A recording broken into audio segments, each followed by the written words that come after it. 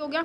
Unknown number से हमें call करते फिर बोलते मैम आपकी कॉल आई थी, ये वो रात तक में भी इवन वीडियो कॉल्स आती हैं। अब हम ये देखो, अब भारत का दुर्भाग्य देखो, जो महिलाएं टीबी मुक्त विश्व वुमेन दिवस पे उनकी सहायता करना चाहती है, किसी तरह से टीबी का जो है उनका इलाज हो सके, कारण इन महिलाओं को दूसरे नंबर से परेशान किया जाता है कॉल कर कर। ये एक अच्छा टीबी है, उसको मास्क लगाकर हमेशा चेहरे पे रहना चाहिए, हमेशा सावधानी बरतनी चाहिए। भारत के प्रधानमंत्री भी ये कहते हैं कि 2026-27 तक हम टीबी मुक्त कर देंगे भारत को, लेकिन जो उनके वॉलंटियर हैं उनको रात में 12-12 बजे कॉल की जाती है, वीडियो कॉलिंग, उनको प्रताड़ित करने के लिए कि आपकी कॉल आई थी, आपकी कि हम लोग अगर कोई हमारी भलाई कर रहा है तो उसकी भी हम बुराई करने में चालू हो जाते हैं। सुन लिया कि अगर आपको कोई परेशान करता तो आप डायरेक्ट डॉक्टर साहब से कांटेक्ट कर सकते हैं। लीगली कार्रवाई इस पर होगी ना सर? लीगली कार्रवाई बिल्कुल होगी। नमस्कार साथियों, मैं विजय आप सभी का स्वागत करता हूं। दोस्तों, आज जैसा कि सबको पता है कि 24 मार्च है और 24 मार्च को वर्ल्ड टीबी डे के रूप में मनाया जाता है। इसी के तहत दिल्ली के करावल नगर के चेस्ट हॉस्पिटल में आज दिल्ली पूरे भारत को टीबी मुक्त बनाने के लिए अभियान शुरू किया गया है। यहाँ पर पिछले कई दिनों से डॉक्टरों के द्वारा यहाँ पर अभियान चलाया जा रहा था, लेकिन आज उसका समापन यहाँ पे दिल्ली के करावल नगर हॉस्पिटल में किया गया है। आपकी जानकारी के लिए बताते चलें कि विश्व भर में 27% भारत का योगदान है टीबी मरीजों में। तो उसी को लेकर भारत सरकार की ये मंशा है कि 2026 और 27 तक लेकर भारत को टीबी मुक्त कर दिया जाए। उसी को लेकर यहाँ पर हम जानेंगे कि किस तरह से टीबी की बीमारी का इलाज है या नहीं है। इस सब चीज़ों के बारे में डॉक्टरों से हम जानकारी लेंगे। इसके साथ ही किस तरह से पता करें कि हमें टीबी हो गया है, अपने आसपास फैमिली में किस तरह से जागरूकता फैलाएं, इन सभी के बारे में हम यहाँ के सीनियर डॉक्टरों से जानकारी लेंगे। और जो वॉलंटियर हैं, जो फील्ड में काम करते हैं, उनसे भी जानेंगे कि उनके क्या क्या दिक्कतें फील्ड में आती हैं काम करने वक्त। तो जैसा कि मैंने आपको बताया था कि विश्व उन्मूलन टीबी दिवस पर हम कुछ वॉलंटियर से बात करेंगे और उनसे जानेंगे कि वो जो फील्ड में काम करते हैं उनको क्या क्या समस्याएं, लोगों की तरफ से क्या क्या क्वेरीज आती हैं टीबी के बारे में। तो आइए, हमारे साथ कुछ वॉलंटियर, यहाँ पर महिलाएं वॉलंटियर हैं और जाहिर से देखा जाता है कि ग्राउंड पे महिलाओं को काफ़ी दिक्कतों का सामना करना पड़ता है। उसी को लेकर हम इनसे जानकारी चाहेंगे और इनसे जानना चाहेंगे। तो आपका क्या नाम हुआ? My self Upasana Gupta, I am a TB champion. जी, आपको फील्ड में क्या क्या समस्याओं का सामना करना पड़ता है? बस कुछ खास नहीं, जो अनएजुकेटेड पर्सन होते हैं, जैसे हम किसी को कॉल्स करते हैं, मतलब जैसे जो हमें नंबर दिए जाते हैं, डाटा दिया जाता है, उस नंबर पे हम कॉल करते हैं। कई तो जैसे उनकी फैमिली से कोई ब्रदर हो गया या कोई भी हो गया, अननोन नंबर से हमें कॉल करते फिर बोलते मैम आपकी कॉल आई थी, ये वो रात तक में भी इवन वीडियो कॉल्स आती हैं। अब हम नंबर तो चेंज नहीं कर सकते पर्सनली, बस थोड़ा सा फैमिली में इशू हो जाता है, इससे अदर तो अभी तक कोई प्रॉब्लम नहीं आई है। ये देखो, अब भारत का दुर्भाग्य देखो, जो महिलाएं टीबी मुक्त विश्व वुमेन दिवस पे उनकी सहायता करना चाहती हैं, किसी तरह से टीबी का जो है उनका इलाज हो सके, उनके परिवार में किसी फैमिली का, लेकिन जो हमारी मानसिकता, नकारात्मक मानसिकता है, उसको हम नहीं टाल सकते। हमारी नकारात्मक मानसिकता के कारण इन महिलाओं को दूसरे नंबर से परेशान किया जाता है कॉल कर कर। ये एक अच्छा काम कर रही है कि किसी तरह से उनके फैमिली में जो भी टीबी का मरीज है उसकी समस्या का समाधान हो सके।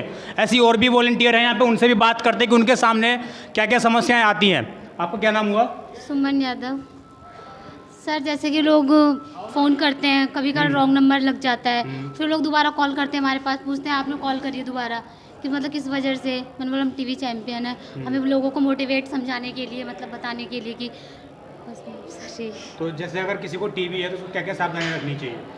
उन्हें मास्क लगा के रखना चाहिए और इधर उधर थूकना नहीं चाहिए, पहली बात तो उन लोगों को। और सर, तो ये एक थी, इन्होंने बताया कि किस तरह से जो हमें जिसको भी टीबी है उसको मास्क लगाकर हमेशा चेहरे पे रहना चाहिए, हमेशा सावधानियां बरतनी चाहिए।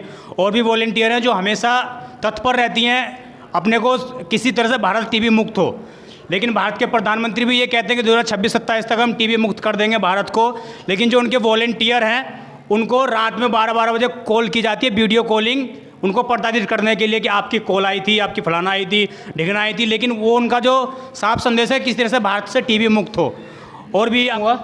My name Pooja Kashyap. जी सर, जैसे बहुत से होते हैं कि मिसबिहेव भी करते हैं, हम लोग कभी कभी उनको कॉल करते हैं तो नहीं उठा पाते हैं, तो वो इस तरीके से, हम तो उन पे चिल्ला नहीं सकते हैं, बट वो चिल्लाते तो हमें सहन भी करना पड़ता है। वो बोलते हैं कि ऐसा कोई पेशेंट नहीं है यहाँ पे, तो मैंने कहा सर हम लोगों को भी फ़ोन दिया, नंबर दिया गया है, तो इसलिए हम लोगों ने आपको कॉल किया है, बट वो नहीं समझते हैं, तो इसलिए हम लोग उनको दोबारा कॉल भी, क्योंकि हमारे सर ने भी बोला है कि बस उनको 4 बार ही कॉल करनी है, बाकी नहीं करनी है। अपनी तरफ से ये पूरी कोशिश करते हैं किसी तरह से जो पेशेंट है, उनके परिवारजन है, उनको सही से समझाया जा सके, लेकिन उसके बाद भी मतलब हम भारत के लोग इस तरह से इनका थॉट उठ चुका है, नेगेटिव थॉट, कि हम लोग अगर कोई हमारी भलाई कर रहा है तो उसकी भी हम बुराई करने में चालू हो जाते हैं।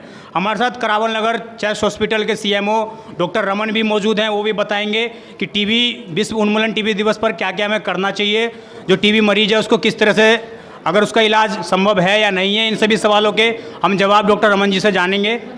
जी सर, आपका स्वागत है। हाँ, मैं doctor S Raman, Surendra Raman ji, CMO TB chest clinic का। ठीक है, पहला तो क्वेश्चन मैं इनसे करूँगा जी, ये टीबी चैंपियन से, जी, कि इनको जो बंदा परेशान कर रहे हैं, जैसे इनके कथन के अनुसार 2 बजे, 2:30 बजे, 12 बजे, 1 बजे रात में कोई कॉल कर रहा है, ठीक है, तो इसकी जानकारी और नंबर नोट कर करके मेरे को इन्फॉर्म करो ना।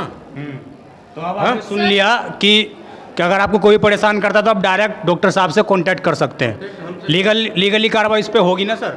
लीगली कार्रवाई बिल्कुल होगी, बिल्कुल होगी। जब ये लोग हमें कोई कंप्लेन करेंगे कि सर इस तरह की कहानी है, हो सकता है। लेकिन मैं इस चीज़ को नहीं देखता, मैं एक मानसिकता देखता हूँ समाज के अंदर किस तरह की मानसिकता फैली हुई है। वो तो लीगल कार्रवाई हम करेंगे ही, बिल्कुल, लेकिन मानसिकता इस तरह से फैली हुई है कि जो आपकी सहायता कर रहा है आप उनको प्रताड़ित करने की कोशिश कर रहे हो। बिल्कुल बिल्कुल। टीबी दिवस पे सर मेरा विचार था कि टीबी दिवस पे टीबी क्या है और इसको हम कैसे उन्मूलन जो कार्यक्रम चल रहा है इसको कैसे जल्द से जल्द खत्म किया जा सकता है। टीबी एक मतलब एयरबोर्न डिजीज है, ठीक है। टीबी एक एयरबोर्न डिसीज है। हाँ जी, एयरबोर्न डिजीज का मतलब है क्या कि अगर आप अगर मास्क लगा करके नहीं रहते हैं तो ये घातक होती है। माने होता क्या है कि जैसे मार्केट बाज़ार में क्या होता है ना, 2-4 मरीज टीबी का रहते ज़रूर है। अगर हम मास्क लगा के रखेंगे या पेशेंट रखेंगे ना तो टीबी होने की कम चांसेस होती है। और ये मास्क बहुत इम्पोर्टेंट चीज़ है। ये तो पहले कोरोना से भी बचाता है, पॉल्यूशन से बचाता है, तीसरा टीबी से बचाता है। हाँ, तो एक तो के अनुसार ये भी है कि 27% जो भारत का योगदान है पूरे विश्व में टीबी के मरीजों में, तो ये एक बड़ी गंभीर समस्या है भारत के लिए। उसके अलावा अगर कोई टीबी मरीज टीबी से ग्रसित है, अगर वो 15 दिन तक मार्केट में घूमता है बिना किसी इलाज के या उसको कोई देखभाल करने वाला नहीं है, तो हो सकता है किसी और को भी ये बीमारी फैले। लेकिन सावधानी बरतने वाली बात यह है कि आपको इससे भेदभाव नहीं करना है। मरीज से छूने से या उसके सेवा करने से टीबी नहीं फैलती है। एयरबोर्न बीमारी है, अगर वो मास्क ला कर रहता है तो इससे कोई भी समस्या किसी को नहीं होगी। टीबी 2 तरह की होती है, एक पल्मोनरी होती है, एक एक्स्ट्रा पल्मोनरी। डिफरेंस क्या है? डिफरेंस है क्या, पल्मोनरी में इसकी सिम्टम में खांसी आएगा, बुखार आएगा, ये हल्का सा फीवर आ सकता है, रात को स्वेटिंग होगा, भूख नहीं लगेगा, बलगम में खून आ सकता है। तो इसके लिए हम लोग पेशेंट को बलगम की जांच कराते हैं। उसमें अगर कीटाणु नहीं आता तो एक्सरे भी कराते हैं, ठीक है। उसके बाद डायग्नोसिस होने पर इसको ट्रीटमेंट में डाल देते हैं। इसके 6 महीने की ट्रीटमेंट होती है पल्मोनरी में। बाकी रहा एक्स्ट्रा पल्मोनरी, पेट का हो सकता है, बोन का, हड्डी का, दिमाग का, और भी कई तरह, हाँ, नाखून और बाल छोड़ करके, ठीक है। तो पेट का टीबी में हम 1 साल करीब इलाज करते हैं। हड्डी का टीबी में 18 महीने ज़रूरी है। और दिमाग इस दौरान मरीज को रेगुलर दवाई लेनी है। बिल्कुल। और ये जो दिमाग की टीबी होती है ना, इसमें साल से 18 महीने लगते हैं। तो अगर पेशेंट को इस दौरान कॉम्प्लिकेशन होता है तो हम लोग जैसे अभी 14 तारीख से प्रोग्राम कर रहे हैं, वहीं कम्युनिटी मीटिंग जो पेशेंट के साथ यही बोला जाता है कि आप लोगों को जो कॉम्प्लिकेशन कोई दिक्कत है तो 4 नंबर में आकर के हमसे मिलिए। करावल नगर के 4 नंबर में, 4 नंबर में इंचार्ज से जी। तो वहाँ पे अगर कुछ परेशानी है तो उसके सिम्टोमेटिक दवा जो है हम लोग देते हैं। बहुत सारे को उल्टी आती है जी, भूख तो नहीं लगती अगर मैं सामान्य इंसान हूँ और मुझे खांसी हो रही है कई दिन से, मुझे ये पता लगाना है कि मेरे को इस तरह की कुछ है समस्या कि नहीं है, मेरे को सबसे पहले करावल नगर के अस्पताल में मैं आता हूँ तो सबसे पहले मुझे कहाँ जाना चाहिए? देखिए, वो एरिया के अनुसार जो है ना, हमारे 7 डॉट सेंटर है, ठीक है। खजूरी खास में है, मुकुंद बिहार में है, जौहरीपुर में है, गोकलपुरी में है, और सोनिया बिहार में है। तो उस एरिया का अनुसार अगर उसको बलगम आ रहा है, 2 हफ्ते हो गए, खांसी है, बुखार है, बलगम आते हुए अगर 2 हफ्ते हो गए, खांसी तेज आ रही है तो हाँ, तो इसकी बलगम की जांच फ़ौरन करवाते हैं हम लोग। अगर उसमें नहीं कुछ आता है, निगेटिव आता है, तो एक्सरे कराते हैं। उसमें पॉजिटिव आता है तो उसका ट्रीटमेंट शुरू करना पड़ता है। और उसके बाद हम उसको जो है और भी तरह का हमारे यहाँ ट्रूनेट है, सेबीनेट मशीन है, तो इसको हम वो जांच कराते हैं एमडीआर देखने के लिए कि एमडीआर है कि नहीं। क्या कि एमडीआर अपने आप में बहुत घातक बीमारी है। पहले 18 महीना इलाज चलता था।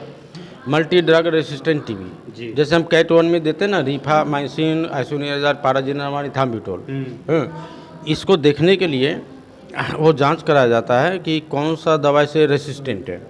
मोस्टली रिफाइनेस रेसिस्टेंट होता है तो वो एमडीआर में कन्वर्ट हो जाता है। हाँ, जिसकी इलाज पहले 18 महीने थी, अब वो घट करके 9 महीने हो गई। पहले टेक्नोलॉजी आई होगी दवाई नहीं आइए ना, पहले इंजेक्शन चलती थी 6 महीने, पेशेंट की बहुत दिक्कत होती थी। अब वो इंजेक्शन को बंद कर करके वो टैबलेट फॉर्म में आ गई है पूरा। बेडाक्विलिन है, बहुत अच्छा काम करता है। कहने का मतलब है कि अगर आपको 2 हफ्ते से खांसी है, लगातार बलगम आ रहा है, तो आप सबसे पहले अपने नज़दीकी अस्पताल, जो भी सरकारी अस्पताल है, प्राइवेट हो, वहाँ पर जाकर बलगम की जांच कराएं। अगर उसमें किसी तरह की समस्या आती है तो उसकी रेगुलर दवाई चलाएं। अगर डॉक्टर साहब किसी को ये पता करना हो कि मुझे टीबी है और मुझे सबसे पहले कौन से बड़े अस्पताल में जाना चाहिए कि जहाँ पे समस्या का समाधान हो, एक तो हम करावल नगर जाएंगे, उसके अलावा अगर कोई और हो। दिल्ली के अंदर 25 टीबी हॉस्पिटल हैं, टीबी टेस्ट क्लिनिक है, जहाँ पर हम जा सकते हैं। उसके अलावा 500 से ज़्यादा दवा केंद्र है और 300 से ज़्यादा जांच केंद्र है, जहाँ हम पता कर सकते हैं। लेकिन पहले हमारे को पता होना चाहिए कि हमारे को टीबी है या नहीं, उसे कैसे पता करेंगे।